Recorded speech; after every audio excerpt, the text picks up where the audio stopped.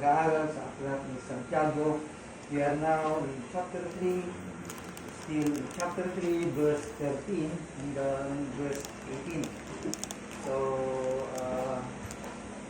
I hope na bagamat ito po ay practical, sabi nila ay hindi ito dapat isama sa aklat o sa Biblia, but as we study mga nakaraan ay natungayan po natin that there is a doctrinal inside the book.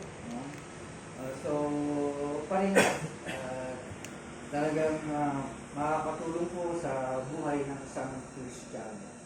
Para sa ating pagpapatuloy sa ating text, ay nakita po natin po doon that in the Old Testament, in the Proverbs, we are encouraged to seek after wisdom.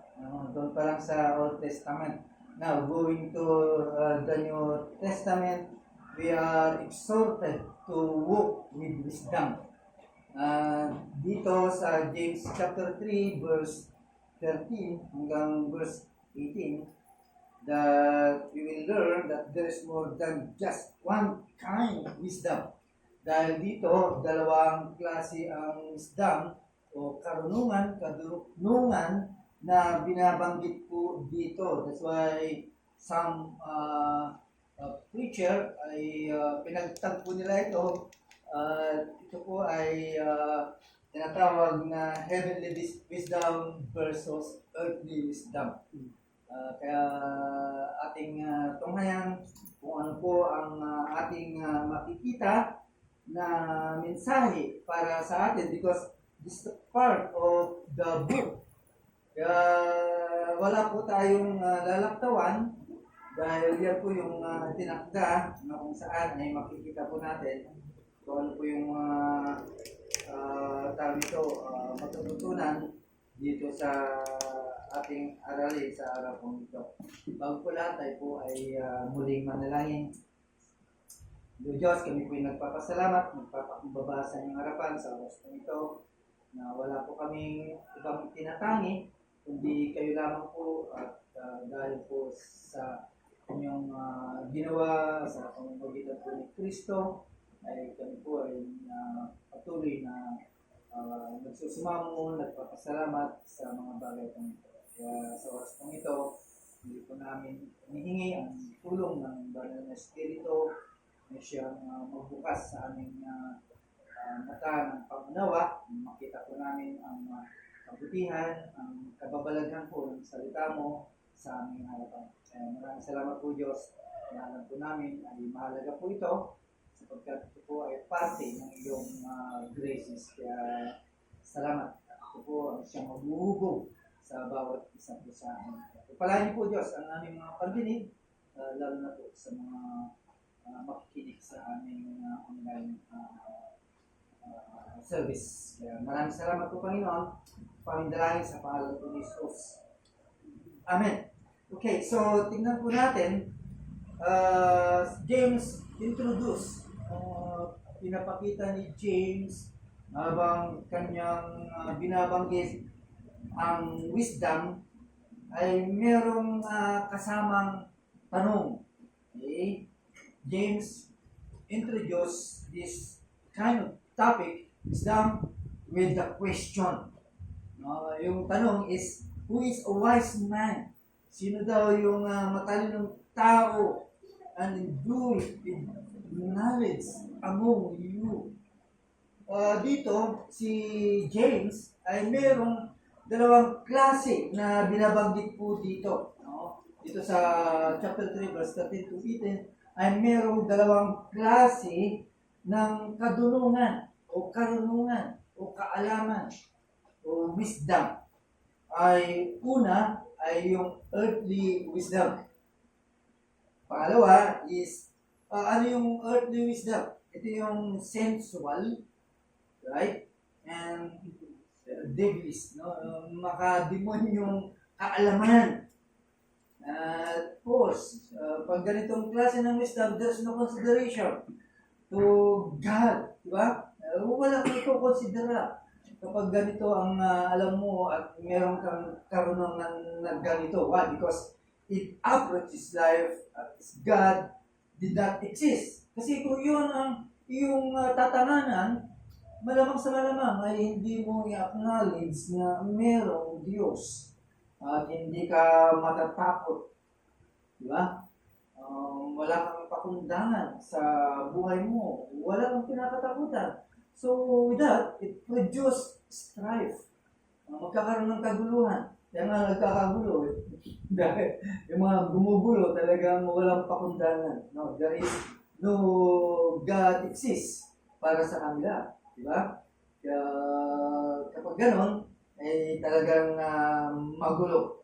So, the second one is the godly wisdom. Even wisdom. Which means godly wisdom. Okay? Ang sabi po kasi dito, sa text po natin, the wisdom that's from above is first pure. Talagang maliwanag o malinaw. O walang halong kalokohan. Gentle, peaceable, okay? Full of mercy. Yun yung sinasabi dito sa wisdom, godly wisdom. So, what is wisdom? Kagabi, narinig din natin.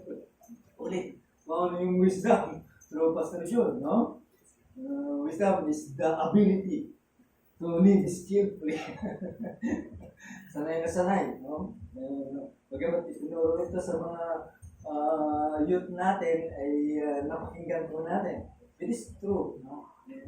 Kapag wisdom.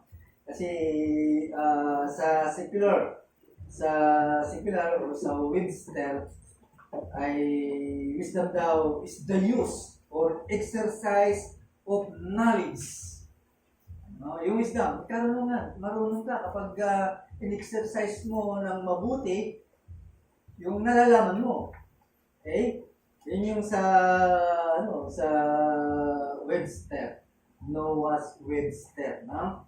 Pero sa secular, biglang sabihin kasi ng wisdom is wise man. No? One was intelligence, meron talaga siyang karunungan. At meron siyang edukasyon, no? Na mas mataas na pinag-aralan mo sa akin. Ibig lang sabihin, you have the education above the average person. Yun po yung wisdom, no? Sa ating pangunawa when it comes to secular. Okay? Pero dito sa New Testament, ang ibig sabihin ng wisdom, it defines as one who has spiritual discernment and discretion. What does it mean? Spiritual discernment. No? Meron siyang nasa-sense po niya kung ano yung mga spiritual na bagay. Meron siyang discretion. Meron siyang decision regarding about spiritual, and nakikita niya yung mga bagay. He has the ability to see. Meron siyang kakayahan na makita, na maliwanag kung ano yung tama. Okay? Kung ano yung tama. Nakikita niya kung ano yung tama. Of course, kapag nakikita mo yung tama, you will act accordingly. Diba? Yun yung tunay na wisdom. Dito sa, yun yung sinasabi po ni James.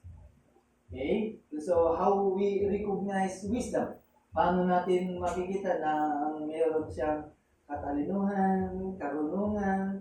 Ang sabi po ng text po natin in verse 13, sabi po dito, ano sabi po dito?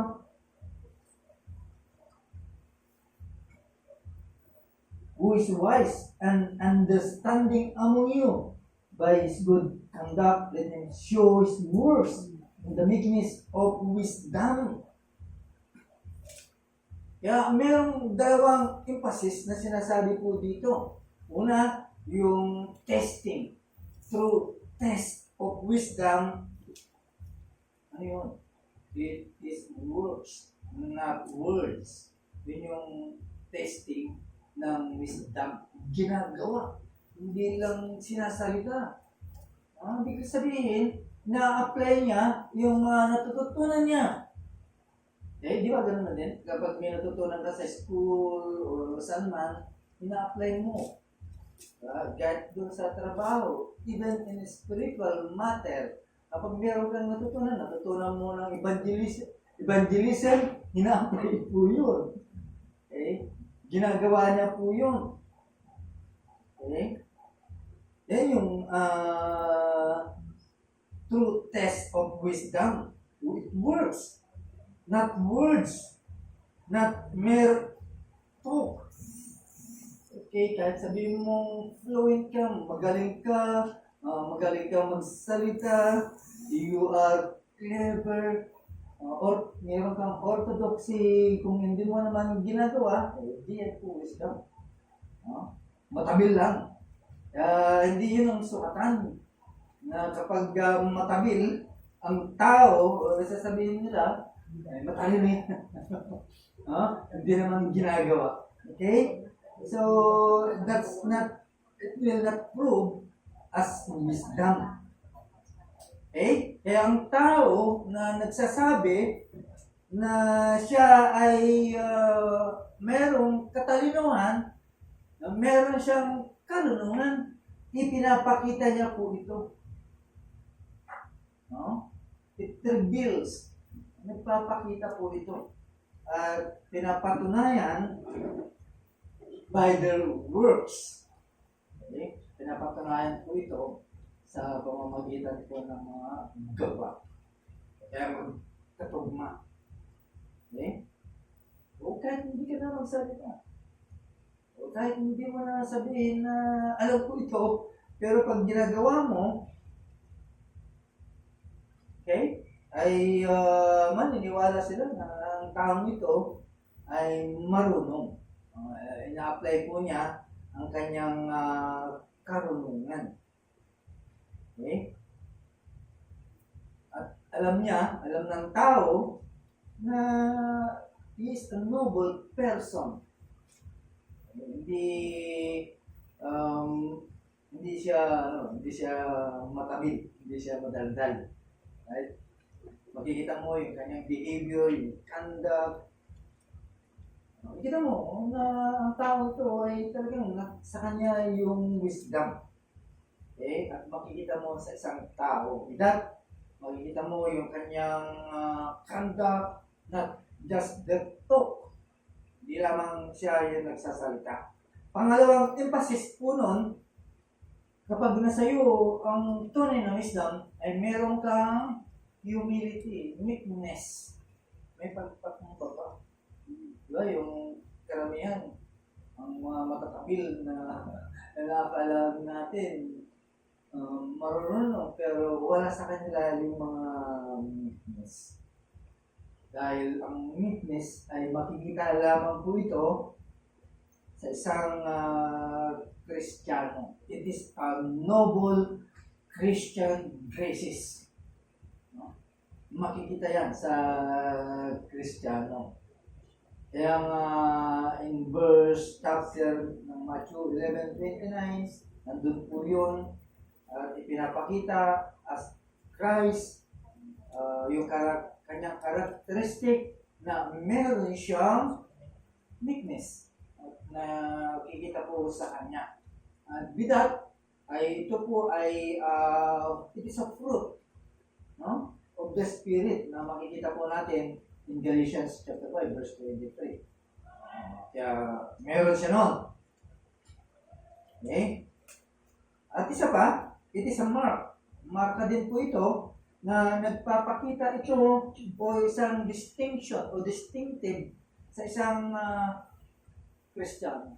To those who belong in Christ. Distinctive niya ito. Right? O trait po sa kanya. Right? Makikita po sa kanya. So ano ang ibig sabihin po nito? Na kapag mayroon kang tunay na wisdom, coming from above. So, anong magiging tawag ito, labas po nito ay makikita mo na ang midala-dala po nito is a humble man, humble-hearted, or willing to submit to God. Di ba? Yan yung merong tangan-tangan na wisdom. Willing po sila na mag-submit sa Diyos. Whatever it takes. No?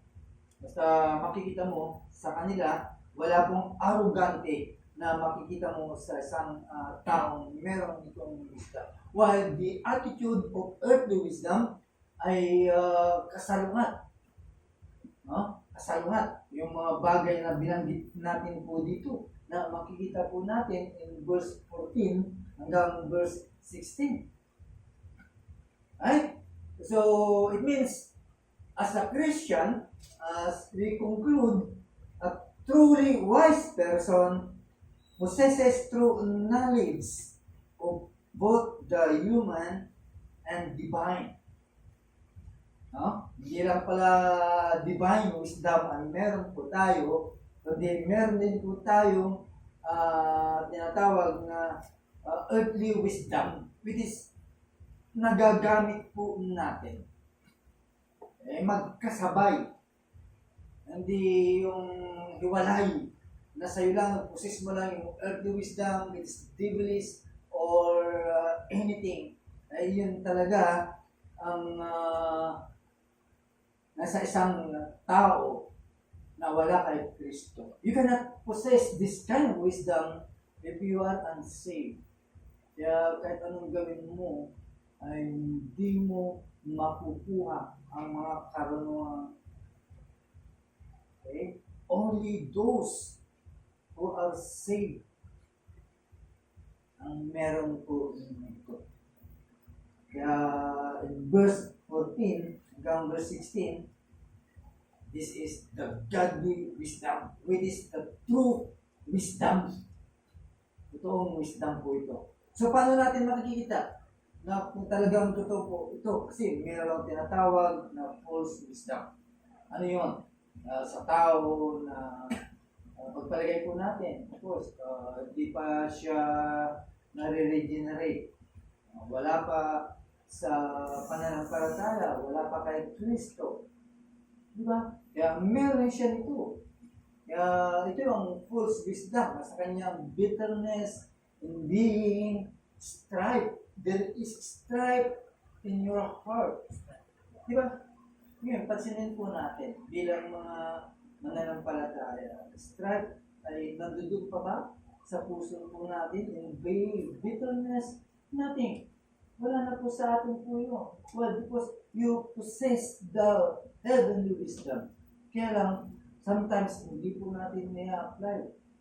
Kaya minsan hindi naniniwala sa atin ng mga ibang tao because hindi natin na-apply.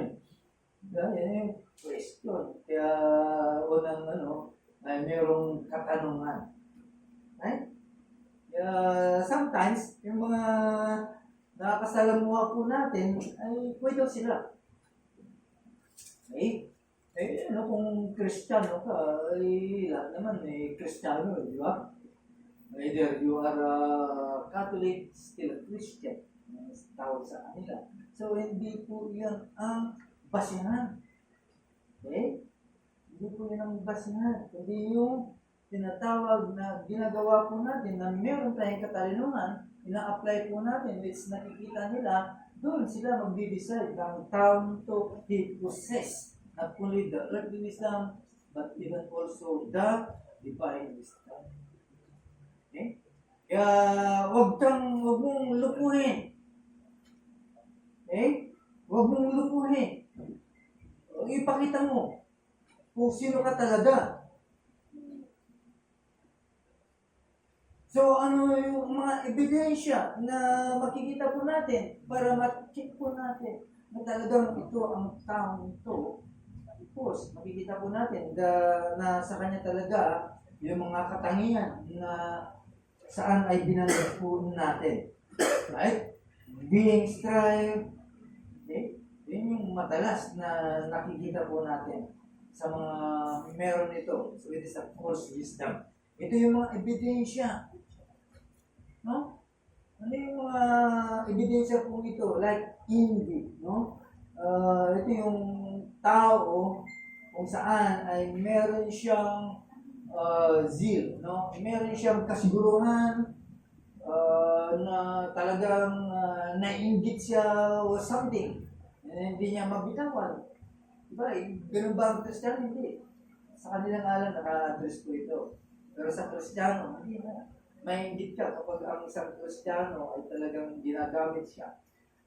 Lumago pagiging Kristiyano. Yan ang dapat kaingitan. Nainggit po tayo sa mga magagaling na theologian. Right? Sa Holy Envy, no, na dapat po natin makita. Pero, hindi pa tinatawag na holy. Okay? Yun. Pero yung envy na talagang gusto mo talagang masira ang mga tao, hindi na po gawain ng isang Kristiyano.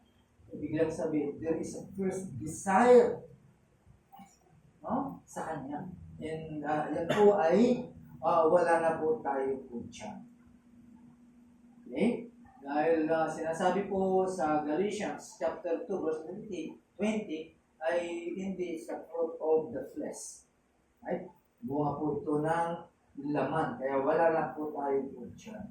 Ano pa ang laman? Ano pa ang characteristic o ito palatandaan ng false wisdom? Bitter. Resentful attitude. Diba? Mayroong pait sa kanyang puso. Okay? After that, no, kapag mayroong kang pait sa puso, kung ano-ano na lang ang ginagawa. So, ibig lang sabihin, hindi yan ay para sa Diyos. Hindi yan sa Diyos. Why? Because it denies eternal values. Ayaw niya. Aayawan niya yung mga bagay na makalangit, maka-eternal na bagay. Ayaw po niya ang tao nito. Di ba? Like, paano natin makukuha ng example ng tinatawag na earthly wisdom? Alam niyo ba yung tinatawag na theory of evolution? Wisdom po yun. Kaya lang, it is earthly wisdom. Why? Dahil, of course, it denies the supernatural of God. Diba? Maganda po yan, design. Magandang wisdom po yun. Kaya lang, it denies the work of God. Okay? Kaya ang mga tao na naniniwala itong theory na to, it denies the works of God. It denies the rule of God. Hindi na sila naniniwala na ang lahat ay nilikha ng Diyos. Yeah. Ayaw nilang paniwalaan. Kaya kahit matalino sila, it's a devilish wisdom.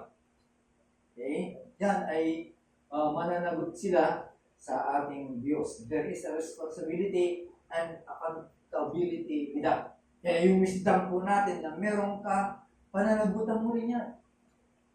Okay? Pananagutan po natin po yan. Dahil of course, kapag meron ka at ginawa mo, of course, ano magiging bunga niyan? At pag hindi yan nagbunga ng maayos, pananagutan mo sa Diyos niya. Right? There are many worldly wisdom. Okay? Bakit sinabing worldly wisdom? Ito, makademonyo, mga sensual, halo-halo na, lahat ng mga stripe, mga ganyan. That's why James says that jealousy and self-ambition, it is a heart problem. Problema ito ng puso. Kaya kung meron kang yan, okay, at meron ka yan, glory na. Of course, hindi naman natin pinagyayabang po yan sila. Okay? Pinagyayabang po nila. Why? Because it is against the truth. Glory not. and line up against the truth. Okay? Dahil kapag pinabayaan po natin po yan, alam po natin, nasa puso po natin po yan, ay lalong magbubunga po yan at makikita, lalabas kung sino ka. So he rejects earthly wisdom because it is not from God. This is an earthly, sensual, and devilish. Okay? Bakit tinawag na earthly? Because it originates from this world system.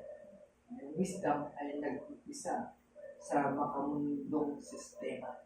Hindi yan galing sa Diyos. Why sensual?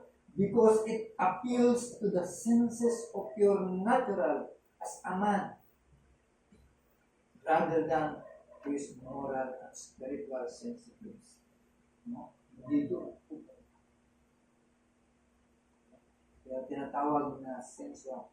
Kaya ang magiging resulta po niya, okay? Talagang kaguluhan. Okay? Yan po yung, hindi po yan ang God's moral standard. Why? Because this is a devilish and this is the character. Ang sino ang may gawa niya? Sino ang author niya? Of course, demonyo. Okay, nakita natin kung paano pinagtagpo ang dalawang klaseng wisdom na ito. Kasi kung yan, ang ating ipamumuhay, o yan ang ipamumuhay na sino man, ay talagang mayroong confusion, disorder, and destructive in the land. Magugulo. Saan ka man? Talagang magkakaroon ng kaguluhan. Kaya kapag tayo lahat, no, ay nasa earthly wisdom, offer its only wisdom, earthly wisdom, ay ano ang mangyayari? Talagang magugulo ang mundo po natin. Wala po tayong ma-accomplish, kundi kaguluhan sa ating kapaligiran. While divine wisdom humbles a person at pwedeng gumawa ng ikalulugod ng Diyos. Okay? Yan po yung nangyari sa mga Kristiyano. That's why if you don't have that kind of wisdom, a divine wisdom, you can kneel down and ask God from heaven para ibigay ang wisdom na yan. Dahil malayang ibibigay po yan. Okay? Hindi yan natin magagawa. Yan nga sabi ko nga kanina, if you are not saved, you cannot possess this kind of wisdom. So, what is the true wisdom? In verse 17 to 18, but the wisdom that is from above is first pure, peaceable, gentle, easy to be entreated, full of mercy, good fruits without partiality, and without hypocrisy. Yun meron tayo. Yan ang meron sa iyo. That's why true wisdom comes from God and find its fullness in Christ. Kaya nga kayo na kay Kristo Jesus, okay, who God is made unto us wisdom and righteousness and sanctification and redemption. Tayo po yun. Mga Kristiyano po yun. Sila ang may tangan-tangan ng gantong klase ng wisdom, heavenly wisdom. Pure. It's a pure, undefined na yung meron ko. It's free. Okay? Malaya sa mga bagay na makalupa. Malaya in carnal or sensual or devilish. Diba? Hindi na natin ginagawa po yun. Okay? Wala na sa atin po yun. Why? Because kapag totoong nasa iyo yan, it produces purity of heart. Pagbibigay sa iyo ng kalinawan sa puso. Okay? Mawawala yung envy. Mawawala yung lust sa puso.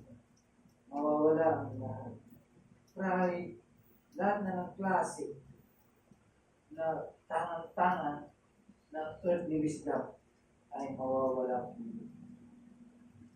Okay?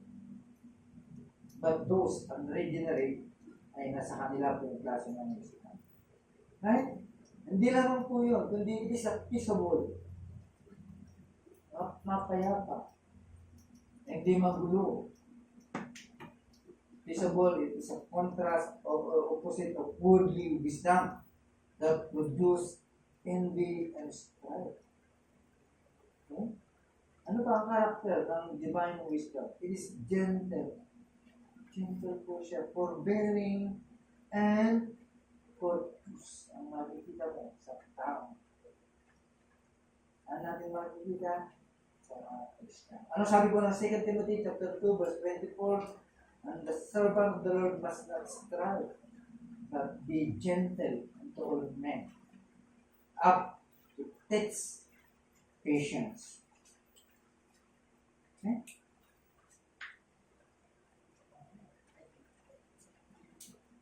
Easy to be entreated. Those who have heavenly wisdom are willing to listen. Okay? Kapag nasa iyo ito, ay talagang makikinig ka.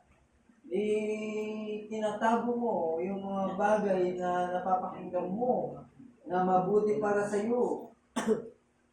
Okay? You have a wise counsel. Yan yung palatandaan. At higit sa lahat, nasa kanya yung tinatawag na full of mercy and good fruits. Diba? Punong-puno siya ng kahabagan. Concerned with the practical things, makikita po natin po dito mga kapatid. Kung talagang meron kang divine wisdom, makikita yung gawa po nito. May apply mo, lalo na sa mga household of faith. Sino mo ngayon? Mga kapatid mo sa pananampalataya. You can help them kapag wala sila. Diba? You can apply that. You can give something sa kanila na wala sila. Diba? Kapag meron kang brother is naked, pwede mo siyang bigyan. Diba? Okay? Pero sa earthly wisdom, apart from it. Yeah? Pinapalayas ka. Pero dapat hindi po yan mangyari po sa akin. Kundi gawin po natin kung ano po ang sinasabi at characteristic ng merong divine wisdom. Right? Kaya imposible na sinasabi mo meron kang pananampalataya. If you have faith, show the works. Pakita mo sa akin, patunayan mo na meron kang pananampalataya sa pamamagitan ng gawa. At ipapakita ko naman yung pananampalataya ko na merong gawa. Mga kapatid, godly wisdom is characterized by mercy and expressed in Christ-like acts towards others. Magiging kamukha mo si Kristo. Maging kaparehas kayo ng karakter ni Kristo kapag dala-dala mo ang tinatawag ng divine wisdom. Okay? Kung wala sa iyo ang divine wisdom. Isa pa, ang tunay na wisdom ay makikita mo sa kanya ang kasiyahan. This is joyful. Okay? Gumagawa siya ng mabuti at meron siyang respeto sa Diyos at sa tao. as a fruit of the Spirit and grace. Binabanggit ko lang yung mga karakter ng divine wisdom. At meron pa, without partiality. Pinagsapan na natin po ito na nakaraan. Without prejudice. Okay? Hindi po siya nagbibigay ng distinction between people. There's no distinction between people. Matubig po siya in times of healing. Wala po siyang pinapanigan. Because alam po natin ay hindi yan kasama sa divine wisdom because partiality is a sin. Kontra po yan ng divine wisdom, heavenly wisdom. Ano ba? Without hypocrisy, walang hipokrito. Wala kang makikitang kahipokritohan sa tao niya. Ang kanyang attitude, ang kanyang belief, ang kanyang prinsipyo, ay wala siyang makikita mo talagang common lang siya.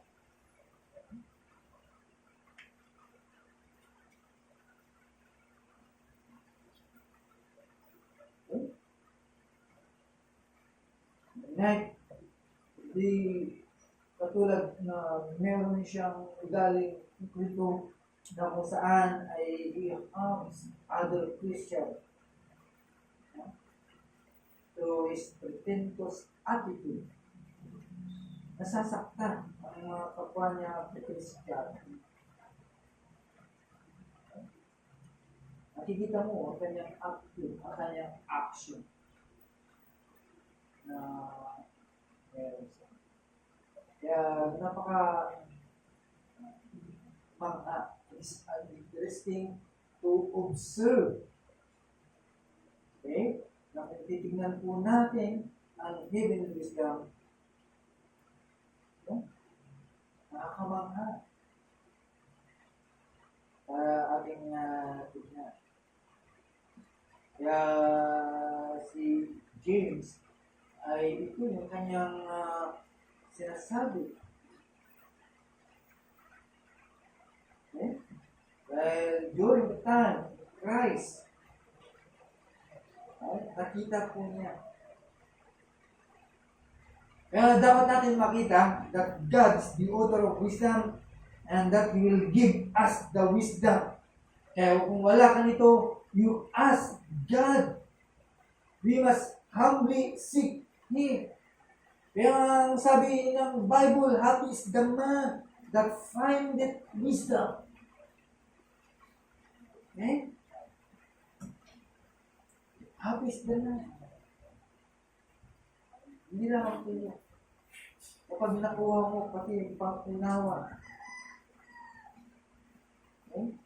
Masaya ang tao ito na meron ito. Okay? Huwag mo lang kasabihin ang mga bagay, no? Mga materialis na mga bagay na material, gold or anything or silver, must you desire. Dahil wala kung pwedeng ikumpara sa mga bagay pong ito. Di ba? Yung mga material, kapag meron ka nun, baka nga hindi mo pa ma-enjoy. Matakot ka mo pa. Matatakot ka dahil you are full of material things. Di ba? Pero kung meron ka nito, happy is you.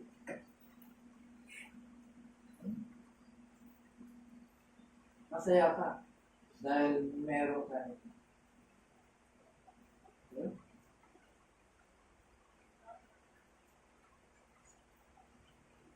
Kaya, ang tanong, meron ba tayo nito? Do we have the character traits of a wise man? Having wisdom? Meron ba tayo nito? If not, seek the Lord and ask Him to give you a heavenly wisdom. Okay? Kapag ito ay ginawa po natin, tandaan po natin, ang iyong pananampalataya At ang karunungan na meron sa iyo, it will manifest as a fruit of the Spirit. And, of course, it demonstrates a good works. Diba? Tingnan mo, yung mga walang earthly wisdom, anong good works nito? Anong bunga nito? Diba? Puro problema sa paligid. Okay? Puro strife, paguluhan. Pero, kapag nasa iyo ito,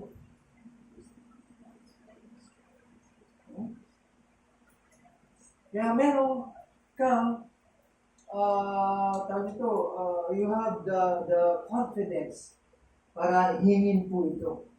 Pero kung ikaw ay hindi pa ligtas, you cannot possess this kind of wisdom. Hanggat hindi ka lumalapit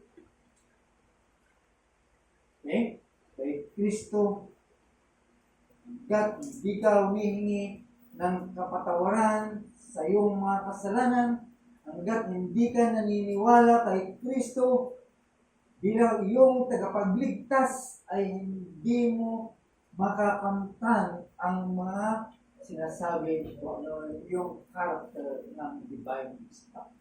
Ibig lang sabihin, sa mga Kristiyano lang meron.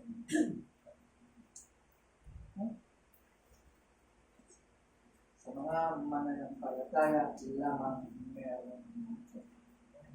Course, kahit sabihin mo hindi ka Kristiyano, you are desiring. Di ba? Dahil nagsasawa ka na ayaw mo. Ayaw ko nang magulo. Ayaw ko na magkaroon ng bitterness sa buhay ko. So how come? Paano ko ito makakamtan? Yes, only Christ. Mapupusis lamang po ito through Christ. Kung hindi, natili ka doon sa earthly wisdom na meron. Because hindi lang ikaw kasi magugulo, kundi magugulo din ang buhay mo. Magsasawa at magsasawa ka. While we are, ay mag-i-enjoy po tayo. Happy is the man. Magiging masaya. Okay? Hindi yung magulo ang buhay. Ang tao, of course, ay gusto masaya. Masaya ang buhay. Okay? Kaya kung gusto mong maging masaya, seek Christ. Ask those wisdom. Okay? Tingnan mo. Humingi ka ng tawad at manangan magtiwala kay Kristo Jesus para sa iyong kaligtasan. Tayo na lang. Kami po, Diyos, ay nagpapasalamat sa oras kong ito, sa aming ito aral patungkol po sa karunungan. Ikamat, kami po ay nagnanais ng mga bagay po ito. Bagamat ito po ay bunga ng banal na espiritu na saan ay ginawad po sa bawat nananampalataya. Bagamat ito po ay nasa amin, ay hindi po namin ni-apply. Kaya ituturing po kami. Kapag ito ay ginawa po namin, ay isang katalingang tao. Isang marunong na tao, isang madunong na tao. Kung i-apply po namin ang divine wisdom. Hindi lamang po nakukuha sa salita o Diyos. Dito ay ginagawa. Tulungan niyo po kami bilang mga anak mo, bilang mga lumalakad ng kaliwanagan, bilang mga nagpo-profess na Kristiyano, bilang mga tagapagmana na nagsasabi ng kaligtasan, bilang mga tao na nagbibigay ng pag-asa sa mga tao na kasalang mo. Pero kung hindi po natin ito ni-apply, ay paliwala lang ang Diyos. Dahil hindi ito makikita sa amin. Hindi kami paniniwala. Hindi kami ahanapan ng Diyos.